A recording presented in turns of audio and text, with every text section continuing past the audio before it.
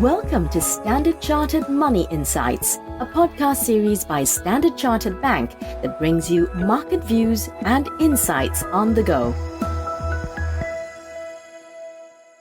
Welcome to Cut to the Chase. Today is Tuesday, the 25th of July. I'm Daniel Lam, your host for the podcast. Over the weekend in Hong Kong, there was a memorable reception for the visiting president of the International Chess Federation, Arkady Dovkovich. The highlight was the game between the president, who was getting help from a former women's world champion, against 3 of the 10 Hong Kong-China representatives to the upcoming Asian Games in Hangzhou. Now, the 3 of us took turns in making our moves, and we were not allowed to hint to one another about our moves and our thoughts. We managed to gain a token advantage, but it was not enough to win. So I said to my 2 teenage teammates in Cantonese, such that our opponents would not understand, that we should force a draw so that everyone would be happy. However, one of the teammates still tried hard for a win. He didn't get it, and I had to make the move to force the draw. Well, what can I say except youth? In the financial world, central bankers often need to make decisions on a balancing act. We spoke about the BOJ decision this coming Friday in yesterday's podcast.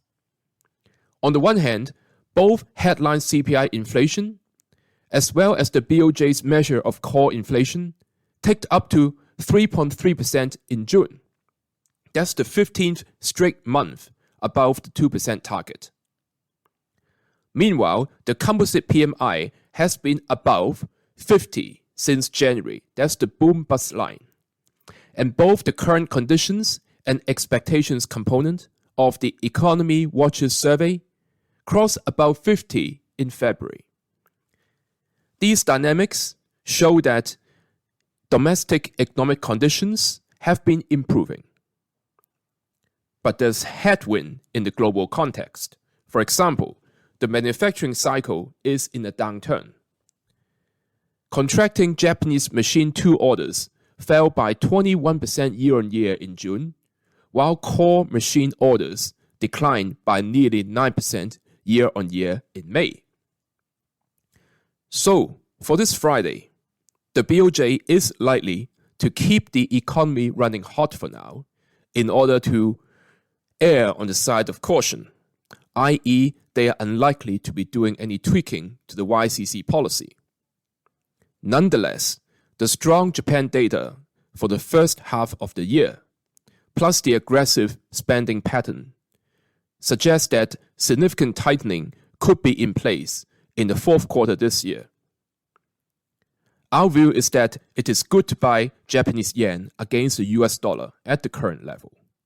We do see the dollar yen reaching the 130 level over the next 6 to 12 months, and that's giving you better than 2-to-1 risk reward. That is all from me for today. As always, if you enjoy this podcast, please don't forget to rate and like it. Thanks for listening, and we wish you a happy day ahead. Thank you for listening to Standard Chartered Money Insights, a podcast series by Standard Chartered Bank. For more details on the latest market insights, subscribe to Standard Chartered Money Insights.